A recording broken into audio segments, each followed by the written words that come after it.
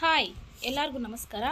ನಾನು ಈ ದಿನ ಒಂದು ಬೆಸ್ಟ್ ಬಿಸ್ನೆಸ್ ಪ್ಲಾನನ್ನು ತಿಳಿಸೋಣ ಅಂತ ಅಂದ್ಕೊಂಡಿದ್ದೀನಿ. ಪ್ಲೀಸ್ ಈ ವಿಡಿಯೋ 10 or 15 ಮಿನಿಟ್ಸ್ ಇರಬಹುದು. ದಯವಿಟ್ಟು ಕೇಳಿ. ಇಷ್ಟ ಆದರೆ ಯಾರಿಗೂ ಯೂಸ್ ಆಗುತ್ತದೆ ಅಂದರೆ ಶೇರ್ ಮಾಡಿ, ಸಬ್ಸ್ಕ್ರೈಬ್ ಮಾಡಿ, ಸಪೋರ್ಟ್ ಮಾಡಿ. ಇದು ಒಂದು ಪ್ರಾಡಕ್ಟ್ ಬೇಸ್ಡ್ ಕಂಪನಿ. ನಮ್ಮ ಇಂಡಿಯನ್ ಗೌರ್ಮೆಂಟ್ ಯಾವುದೇ ಪ್ರಾಡಕ್ಟ್ ಬೇಸ್ಡ್ ಕಂಪನಿ ಬರಲಿ ಅದರ TDS ಮತ್ತು ಲೀಗಲ್ ಆ್ಯಂಡ್ ಜೆನ್ಯೂನಿಟಿನ ನೋಡಿ ಪರ್ಮಿಷನ್ ಕೊಡುತ್ತದೆ. ಈ ಬಿಸ್ನೆಸ್ನಲ್ಲಿ ಇರುವಂಥ ಪ್ರಾಡಕ್ಟ್ ಬಂದು ಎಕ್ಸ್ಪೈರಿ ಇಲ್ಲದಂತೆ ಮತ್ತು ವರ್ಷ ಅದರ ಬೆಲೆಯನ್ನು ಬೆಳೆಸುವಂಥ product, that is gold and diamond product.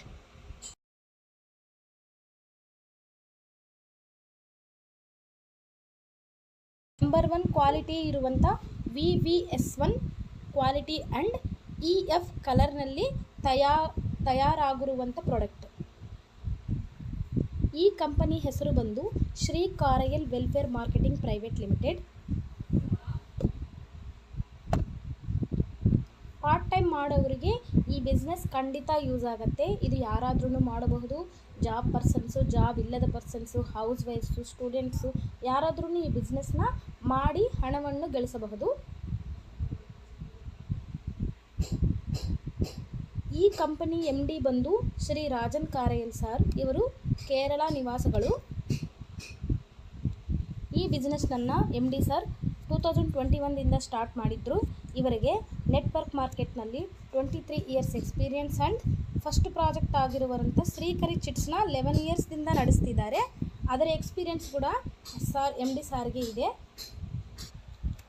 ಈ ಕಂಪನಿಗೆ ಬೇಕಾಗಿರುವಂಥ ಸರ್ಟಿಫಿಕೇಟ್ಸು ಇಲ್ಲಿ ನೀವು ನೋಡಬಹುದು. ಅದರ ಲೈಸೆನ್ಸು ಮತ್ತು MD chairman and directors and direct selling business has become 100% legal ಅಂತ ಇಲ್ಲಿ ಕೊಟ್ಟಿದ್ದಾರೆ. ನಾವು ಇದೆಲ್ಲ ನೋಡಬಹುದು. ಈಗ ನಾವು ಪ್ಲಾನನ್ನು ಕ್ಷುಣ್ಣವಾಗಿ ತಿಳಿಸ್ಕೊಂಡೋಣ ಬನ್ನಿ. ಈ ಬಿಸ್ನೆಸ್ ಪ್ಲಾನಲ್ಲಿ ನಮಗೆ 4 ಪ್ರಾಜೆಕ್ಟ್ಸ್ ಇರ್ತವೆ. 1 silver, 2 gold project, 3 desire project, 4 dream project. ಈಗ ನಾವು ಈ ಬಿಸ್ನೆಸ್ನಲ್ಲಿ ಎಂಟರ್ ಆಗಬೇಕು, ಈ ಬಿಸ್ನೆಸ್ ಮಾಡೋದಕ್ಕೆ ನಮಗೆ ಅವಕಾಶ ಬೇಕು ಅಂದರೆ ನಾವು ಫಸ್ಟು ಸಿಲ್ವರ್ ಪ್ರಾಜೆಕ್ಟ್ನಲ್ಲಿ ಜಾಯ್ನ್ ಆಗಬೇಕು.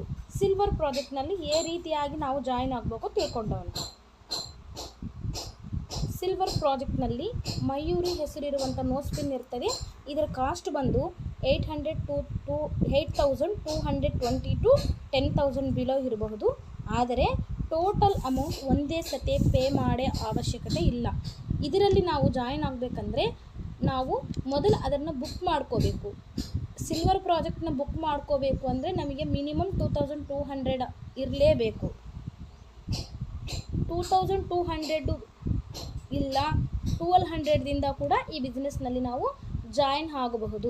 ಇದರಲ್ಲಿ ಯಾವಾಗಾದರೆ ನಾವು 1,200 ಇಟ್ಟು ಜಾಯಿನ್ ಆಗ್ತೀವೋ ಅವಾಗಲಿಂದ ನಮಗೆ 2 ಅಕೌಂಟ್ಸ್ ಇರುತ್ತವೆ. ಒಂದು ಬಂದು ಗೋಲ್ಡ್ ಅಕೌಂಟು, ಇನ್ನೊಂದು ಬಂದು ಪರ್ಸನಲ್ ಬ್ಯಾಂಕ್ ಅಕೌಂಟ್ ಇರುತ್ತದೆ. 1,200ದಿಂದ ಜಾಯಿನ್ ಆಗಿದ ನಂತರ ನಾವು 1ರಿಂದ 10 ಮೆಂಬರ್ಸ್ವರೆಗೂ ಡೈರೆಕ್ಟಾಗಿ ಜಾಯಿನ್ ಮಾಡಿಸ್ಕೋಬೋದು. ಆದರೆ ಕಂಪನಿ ನಮಗೆ ಓನ್ಲಿ ಮಿನಿಮಮ್ 3 ನಂಬರ್ಸ್ನ ಜಾಯಿನ್ ಮಾಡಿ ಬಂಗಾರು ಮತ್ತು ವಜ್ರದ ಪ್ರಾಡಕ್ಟ್ ಸಹ ಹಣವನ್ನು ಕೂಡ ಗಳಿಸಬಹುದು. ಕೇವಲ 1,200ದಿಂದ ಹಣ ಗಳಿಸುವ ರೀತಿಯನ್ನು ನೋಡೋಣ ಬನ್ನಿ. ಮೊದಲನೇದಾಗಿ ABC ಮೆಂಬರ್ಸ್ನ ನಿಮ್ಮ ಕೆಳಗೆ join ಮಾಡಿಸಿದರೆ, AB join ಮಾಡಿಸಿದರೆ 500 rupees, C ಒಂದೇ ಜಾಯಿನ್ ಮಾಡಿಸಿದರೆ 500 ರೂಪೀಸು ನಮಗೆ ಕಮಿಷನ್ ರೂಪದಲ್ಲಿ ಬರ್ತದೆ. ಯಾರಾದರೆ 2,200 ದುಡ್ಡು ಇಟ್ಟು ಜಾಯಿನ್ ಆಗಿರ್ತಾರೋ ಅವರಿಗೆ ಈ ಬಂದಿರುವಂಥ ಕಮಿಷನ್ 1,000 ರೂಪೀಸ್ ಡೈರೆಕ್ಟ್ ಪರ್ಸನಲ್ ಅಕೌಂಟ್ಗೆ ಜಮಾ ಆಗ್ತದೆ. ಇಲ್ಲ 1,200ದಿಂದ ಯಾರಾದರೂ ಜಾಯಿನ್ ಆಗಿರ್ತಾರೋ ಅವರಿಗೆ ಈ ಬಂದಿರುವಂಥ 1,000 ರೂಪೀಸ್ ಕಮಿಷನು ಗೋಲ್ಡ್ ಅಕೌಂಟ್ಗೆ 1,200 ಇರುವಂಥ ಗೋಲ್ಡ್ ಅಕೌಂಟ್ಗೆ ಕಟ್ಟಾಗಿ 1,000 ರೂಪೀಸ್ ಅದರಲ್ಲಿ ಜಮಾ ಆಗಿ 2,200ಗೆ ನಮಗೆ ನೋ ಸ್ಪಿನ್ ಅನ್ನೋದು ನಮ್ಮ ಹೆಸರದಿಂದ ನಮ್ಮ ಪ್ರಾಡಕ್ಟ್ ನಮ್ಮ ಹೆಸರು ಮೇಲೆ ಬುಕ್ ಆಗ್ತದೆ. ಬುಕ್ ಆಗಿದ ನಂತರ ಫಾರ್ ಎಕ್ಸಾಂಪಲ್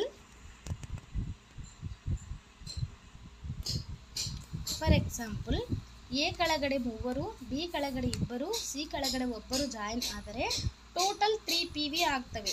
3 PV ಒಂದೊಂದು PVಗೆ ಬಂದು 400 ರೂಪೀಸ್ ಕಂಪನಿ ನಮಗೆ ಕೊಟ್ಟರೆ 3PVಗೆ 1200 ಆಗುತ್ತೆ. 1200ದಲ್ಲಿ 50% ಅಮೌಂಟ್ ಅಂದರೆ 600 ರೂಪೀಸ್ ಗೋಲ್ಡ್ ಅಕೌಂಟಿಗೆ, 600 ರೂಪೀಸ್ ಪರ್ಸನಲ್ ಅಕೌಂಟಿಗೆ ಕಟ್ ಆಗ್ತದೆ. ಪರ್ಸನಲ್ ಅಕೌಂಟಿಗೆ ಬರುವಂಥ 600ದಲ್ಲಿ ಮೇಂಟೆನೆನ್ಸ್ ಚಾರ್ಜ್ ಇಲ್ಲ ಅಡ್ಮಿನ್ ಚಾರ್ಜ್ಗೆ ಓನ್ಲಿ 50 ರೂಪೀಸ್ ಮಾತ್ರ ಕಟ್ಟಾಗಿ ಮಿಕ್ಕಿರುವಂಥ 550 ರೂಪೀಸ್ ನಮ್ಮ ಅಕೌಂಟಿಗೆ ಜಮಾ ಆಗ್ತದೆ. ಇದು ಈ ಪ್ಲಾನ್ యొక్క ಕಮಿಷನ್ యొక్క ರೀತಿ. ಈ ರೀತಿಯಾಗಿ ಸಿಲ್ವರ್ ಪ್ರಾಜೆಕ್ಟಿಂದ ವೀಕ್ಲಿ 100 PV ಸೇಲಿಂಗ್ ಮಾಡಿ 400ರಿಂದ 40,000ವರೆಗೂ ನಾವು ಹಣವನ್ನು ಗಳಿಸಬಹುದು. ಅಡ್ಮಿನ್ ಚಾರ್ಜು ಎಷ್ಟೇ ಬಿಲ್ ಬಂದ್ರೂ ಓನ್ಲಿ 50 ರೂಪೀಸ್ ಮಾತ್ರ ಕಟ್ ಆಗ್ತದೆ. ಈಗ ನಾವು ಇಂಟೆನ್ಸಿವ್ ಬಗ್ಗೆ ತಿಳಿಸ್ಕೊಂಡೋಣ ಬನ್ನಿ. ಸಿಲ್ವರ್ ಪ್ರಾಜೆಕ್ಟ್ನಲ್ಲಿ ಇಂಟೆನ್ಸಿವ್ಸ್ ಇವು ನಮಗೂ ಕಂಪನಿ ಕೊಡುವಂಥ ಅವಾರ್ಡ್ಸ್ ಆ್ಯಂಡ್ ರಿವಾರ್ಡ್ಸ್. ಇದರಲ್ಲಿ ನೀವು ನೋಡಬಹುದು, ಎ ಲೆಗ್ಗಲ್ಲಿ ಎ ಲೈನಲ್ಲಿ 10 ಮೆಂಬರ್ಸು, ಬಿ ಲೈನಲ್ಲಿ 10 ಮೆಂಬರ್ಸು ಬಂದರೆ ಅವರನ್ನ ಫೀಲ್ಡ್ ಆಫೀಸರ್ ಅಂತಾರೆ. ಫೀಲ್ಡ್ ಆಫೀಸರ್ಗೆ ಒಂದು ಸುಂದರವಾದಂಥ ವಾಚ್ ಗಿಫ್ಟಾಗಿ ಬರುತ್ತೆ. ಯಾರಾದರೂ ಫೀಲ್ಡ್ ಆಫೀಸರ್ಸ್ ಆಗಿರ್ತಾರೋ, ಈ ಕಡೆ 8 ಜನ ಫೀಲ್ಡ್ ಆಫೀಸರ್ಸು, ಬಿನಲ್ಲಿ 8 ಜನ ಫೀಲ್ಡ್ ಆಫೀಸರ್ಸ್ ಆದರೆ ಅವ್ರನ್ನ ಆರ್ಗನೈಸರ್ ಅಂತಾರೆ. ಆರ್ಗನೈಸರ್ಗೆ 10,500 ಕ್ಯಾಶ್ ಅಮೌಂಟ್ ಬರ್ತದೆ. ಅಂಥ ಆರ್ಗನೈಸರ್ಗಳು ಎ ಕಡೆ 6, ಬಿ ಕಡೆ 6 ಮಂದಿ ಬಂದರೆ ಅವ್ರನ್ನ ಡೆವಲಪ್ಮೆಂಟ್ ಆಫೀಸರ್ ಅಂತಾರೆ. ಅವರಿಗೆ 50,000 ರೂಪೀಸ್ ಚೆಕ್ ಬರುತ್ತೆ. ಡೆವಲಪ್ಮೆಂಟ್ ಆಫೀಸರ್ಸು ಎ ಕಡೆ 4, ಬಿ ಕಡೆ 4 ಇದ್ದರೆ ಅವ್ರನ್ನ ಏರಿಯಾ ಮ್ಯಾನೇಜರ್ ಅಂತ, ಅವರಿಗೆ 1 lakh ದುಡ್ಡು ಬರುತ್ತೆ. ಏರಿಯಾ ಮ್ಯಾನೇಜರ್ಗಳು ಎ ಕಡೆ 3, ಬಿ ಕಡೆ 3 ಇದ್ದರೆ ಅವ್ರನ್ನ ರೀಜನಲ್ ಮ್ಯಾನೇಜರ್ ಅಂತಾರೆ. ಅವರಿಗೆ 3 lakhs ದುಡ್ಡು ಬರುತ್ತೆ. 3 lakhs ದುಡ್ಡು ಬರುವಂಥ ರೀಜನಲ್ ಮ್ಯಾನೇಜರು ಎ ಕಡೆ 2, ಬಿ ಕಡೆ 2 ಬಂದರೆ ಅವ್ರನ್ನ team general manager, silver team general manager ಅಂತಾರೆ. ಇವರಿಗೆ 20 ಲಕ್ಷವರೆಗೂ ದುಡ್ಡು ಬರಬಹುದು. ಸಿಲ್ವರ್ ಪ್ರಾಜೆಕ್ಟ್ನಲ್ಲಿ ಟೋಟಲ್ ಇನ್ಸೆಂಟಿವ್ಸ್ ವರ್ತ್ ಬಂದು 24,60,500 ರೂಪೀಸ್ ಬರ್ತದೆ. ಸಿಲ್ವರ್ ಪ್ರಾಜೆಕ್ಟ್ನಲ್ಲಿ ನಾವು ಬುಕ್ ಮಾಡಿರುವಂಥ ಮಯೂರಿ ಯಾವಾಗಾದರೆ ನಮ್ಮ ಕೈಗೆ, ನಮ್ಮ ಅಡ್ರೆಸ್ಗೆ ಬರ್ತದೋ ಆವಾಗಲಿಂದ ನಾವು ಗೋಲ್ಡ್ಗೆ ಆ್ಯಕ್ಟಿವೇಟ್ ಆಗ್ತೀವಿ. ಗೋಲ್ಡ್ ಬುಕ್ ಮಾಡ್ಕೋಬೇಕಂದ್ರೆ ಮಿನಿಮಮ್ 4,400 ಆರ್ 2,400 ಇರಬೇಕು. ಇಲ್ಲಿ 2,400 ಎಂಬ ದುಡ್ಡು ನಾವು ಮತ್ತೆ ಕಟ್ಟಬೇಕಂತ ಅವಶ್ಯಕತೆ ಇಲ್ಲ. ನಮಗೂ ಬರುವಂಥ ಕಮಿಷನ್ದಾಗೆ ಕಂಪನಿನೇ ಅದರ ಕಮಿಷನ್ ಕಟ್ ಮಾಡಿಕೊಂಡು ನಮ್ಮನ್ನ ಗೋಲ್ಡ್ಗೆ ಆ್ಯಕ್ಟಿವೇಟ್ ಮಾಡ್ತದೆ. ಇಲ್ಲಿ ಗೋಲ್ಡಲ್ಲಿ ಯಾರು ಬರ್ತಾರೆ ಅಂದರೆ, ಯಾರಾದರೆ ನಮಗೆ ಸಿಲ್ವರ್ ಪ್ರಾಜೆಕ್ಟ್ನಲ್ಲಿ ಫೀಲ್ಡ್ ಆಫೀಸರ್ ಆಗಿರ್ತಾರೋ ಅವರು ಇದರಲ್ಲಿ ಗೋಲ್ಡಲ್ಲಿ ಬರ್ತಾರೆ. ಇದರಲ್ಲಿ ಕೂಡ ಸೇಮ್, ಎನಲ್ಲಿ ಫೀಲ್ಡ್ ಆಫೀಸರ್ ಆಗಿರೋರು ಗೋಲ್ಡ್ಗೆ ಆ್ಯಡ್ ಆಗ್ತಾರೆ, ಬಿನಲ್ಲಿ ಫೀಲ್ಡ್ ಆಫೀಸರ್ ಆಗಿರೋರು ಗೋಲ್ಡ್ ಆ್ಯಡ್ ಆಗ್ತಾರೆ. ಅಂದರೆ ಎನಲ್ಲಿ 1, ಬಿನಲ್ಲಿ 1 ಬಂದರೆ 1 PV ಆಗುತ್ತೆ. 1 PVಗೆ ಇಲ್ಲಿ ಕಮಿಷನ್ ಬಂದು 800 ರೂಪೀಸ್. ಗೋಲ್ಡ್ನಲ್ಲಿ ಕೂಡ ವಾರಕ್ಕೆ 100 PV ಸೀಲಿಂಗ್ ಮಾಡಿ ವಾರಕ್ಕೆ 80,000 ರೂಪೀಸ್ ನಾವು ಹಣವನ್ನು ಗಳಿಸಬಹುದು. ಗೋಲ್ಡ್ಗೆ ಬಂದಿದ್ದ ನಂತರ ಸಿಲ್ವರ್ದು ನಿಂತೋಗ್ತಾತೇನೋ ಅಂತ ಡೌಟ್ ಬರಬಹುದು, ಆದರೂ ಅದ್ರ ಕಮಿಷನ್ ನಿಲ್ಲಿಯಲ್ಲ. ಸಿಲ್ವರ್ ಕಮಿಷನ್ ಕಂಟಿನ್ಯೂ ಹಂಗೆ ಇರುತ್ತೆ, ಗೋಲ್ಡ್ ಕಮಿಷನು ಗೋಲ್ಡ್ದು ಬರ್ತಾನೆ ಇರುತ್ತೆ. ಈ ರೀತಿಯಲ್ಲಿ ಇದರಲ್ಲಿ ಕೂಡ ನಮಗೆ ಬಂದಿರುವ ಕಮಿಷನು ಅರ್ಧ ಗೋಲ್ಡ್ ಅಕೌಂಟಿಗೆ, ಅರ್ಧ ನಮ್ಮ ಪರ್ಸನಲ್ ಅಕೌಂಟಿಗೆ 50 ರೂಪೀಸ್ ಅಡ್ಮಿನ್ ಚಾರ್ಜ್ ತಗೊಂಡು ಬರುತ್ತೆ. ಈ ರೀತಿಯಾಗಿ ನಮಗೆ ಪ್ರಾಡಕ್ಟ್ ಬರುತ್ತೆ, ಗೋಲ್ಡ್ಗೆ ಗೋಲ್ಡ್ ಬರುತ್ತೆ. ಈಗ ಗೋಲ್ಡ್ ಆಗಿದ್ರ ನಂತರ ಡಿಸೈರ್ಗೆ ನಾವು ಯಾರಾದರೆ ಗೋಲ್ಡ್ನಲ್ಲಿ ಫೀಲ್ಡ್ ಆಫೀಸರ್ ಆಗಿರ್ತಾರೋ ಅವರು ಡಿಸೈರ್ಗೆ ಹೋಗ್ತಾರೆ.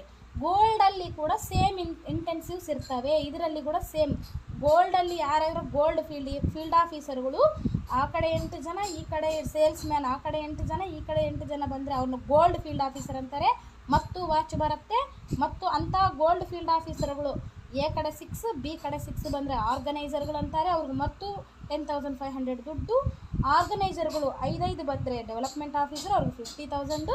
ಡೆವಲಪ್ಮೆಂಟ್ ಆಫೀಸರ್ಗಳು ಎ ಕಡೆ 4, ಬಿ ಕಡೆ 4 ಬಂದರೆ ಏರಿಯಾ ಮ್ಯಾನೇಜರ್ಗಳು, ಅವ್ರಿಗೆ 1 lakh ರೂಪೀಸ್ ಹಣ. ಆಮೇಲೆ ಏರಿಯಾ ಮ್ಯಾನೇಜರ್ಗಳು ಎ ಕಡೆ 3, ಬಿ ಕಡೆ 3 ಬಂದರೆ ರೀಜನಲ್ ಮ್ಯಾನೇಜರ್ ಅಂತಾರೆ. ಅವರಿಗೆ 3 lakhs ದುಡ್ಡು ಬರುತ್ತೆ. ರೀಜನಲ್ ಮ್ಯಾನೇಜರ್ಗಳು ಎ ಕಡೆ 2, ಬಿ ಕಡೆ 2 ಅವ್ರನ್ನ ಗೋಲ್ಡ್ ಟೀಮ್ ಜನರಲ್ ಮ್ಯಾನೇಜರ್ ಅಂತಾರೆ. ಅವ್ರಿಗೆ ಮತ್ತು 20 ಲಕ್ಷ ದುಡ್ಡು ಬರ್ತವೆ. ಗೋಲ್ಡ್ ಟೀಮಲ್ಲಿ ಕೂಡ ಗೋಲ್ಡ್ ಟೋಟಲ್ ಇಂಟೆನ್ಸಿವ್ಸ್ ಬಂದು 24,60,500. ಇದು ಗೋಲ್ಡ್ ಆದ ನಂತರ ನಾವು ಡಿಸೈರ್ಗೆ ಆ್ಯಡ್ ಆಗ್ತೀವಿ. ಡಿಸೈರ್ ಕೂಡ ಸೇಮ್ ಪ್ರಾಸೆಸ್. ಅದ್ರಕ್ಕೆ ಆರ್ಡರ್ ಬುಕ್ ಮಾಡುವಂಥ ದುಡ್ಡು 11,000 ಇಲ್ಲ 6,000 ರೂಪೀಸ್ ಇರ್ತದೆ. ಇದನ್ನು ಕೂಡ ಕಂಪನಿ ನಮಗೆ ಬರುವಂಥ ಕಮಿಷನ್ನಾಗಿ ಹಿಡ್ಕೊಳ್ತದೆ. ಇದರಲ್ಲಿ ಕೂಡ ಸೇಮ್. ಇದರಲ್ಲಿ ಗೋಲ್ಡಲ್ಲಿ ಯಾರಾದರೂ ಫೀಲ್ಡ್ ಆಫೀಸರ್ ಆಗಿರ್ತಾರೋ ಅವರು ಡಿಸೈರ್ನಾಗೆ ಎಂಟರ್ ಆಗ್ತಾರೆ. ಇದರಲ್ಲಿ ಒಂದು PV ಬಂದು 1,500 ರೂಪೀಸು. ಇದರಲ್ಲಿ ಕೂಡ ಸೇಮ್ ವಾರಕ್ಕೆ 100 PV ಮ್ಯಾಚಿಂಗ್ ತಗೊಂಡು 1,50,000 ರೂಪೀಸ್ ನಾವು ಇದರಲ್ಲಿ ಹಣವನ್ನು ಬಳಸಬಹುದು. ಮಂತ್ಲಿ ಬಂದು 6 lakhs ಇದರಲ್ಲಿ ತಗೋಬಹುದು. ಗೋಲ್ಡಲ್ಲಿ ಕೂಡ ಮಂತ್ಲಿ ನಾವು 3,20,000 ತಗೋಬೋದು. ಸಿಲ್ವರ್ನಲ್ಲಿ ಮಂತ್ಲಿ ನಾವು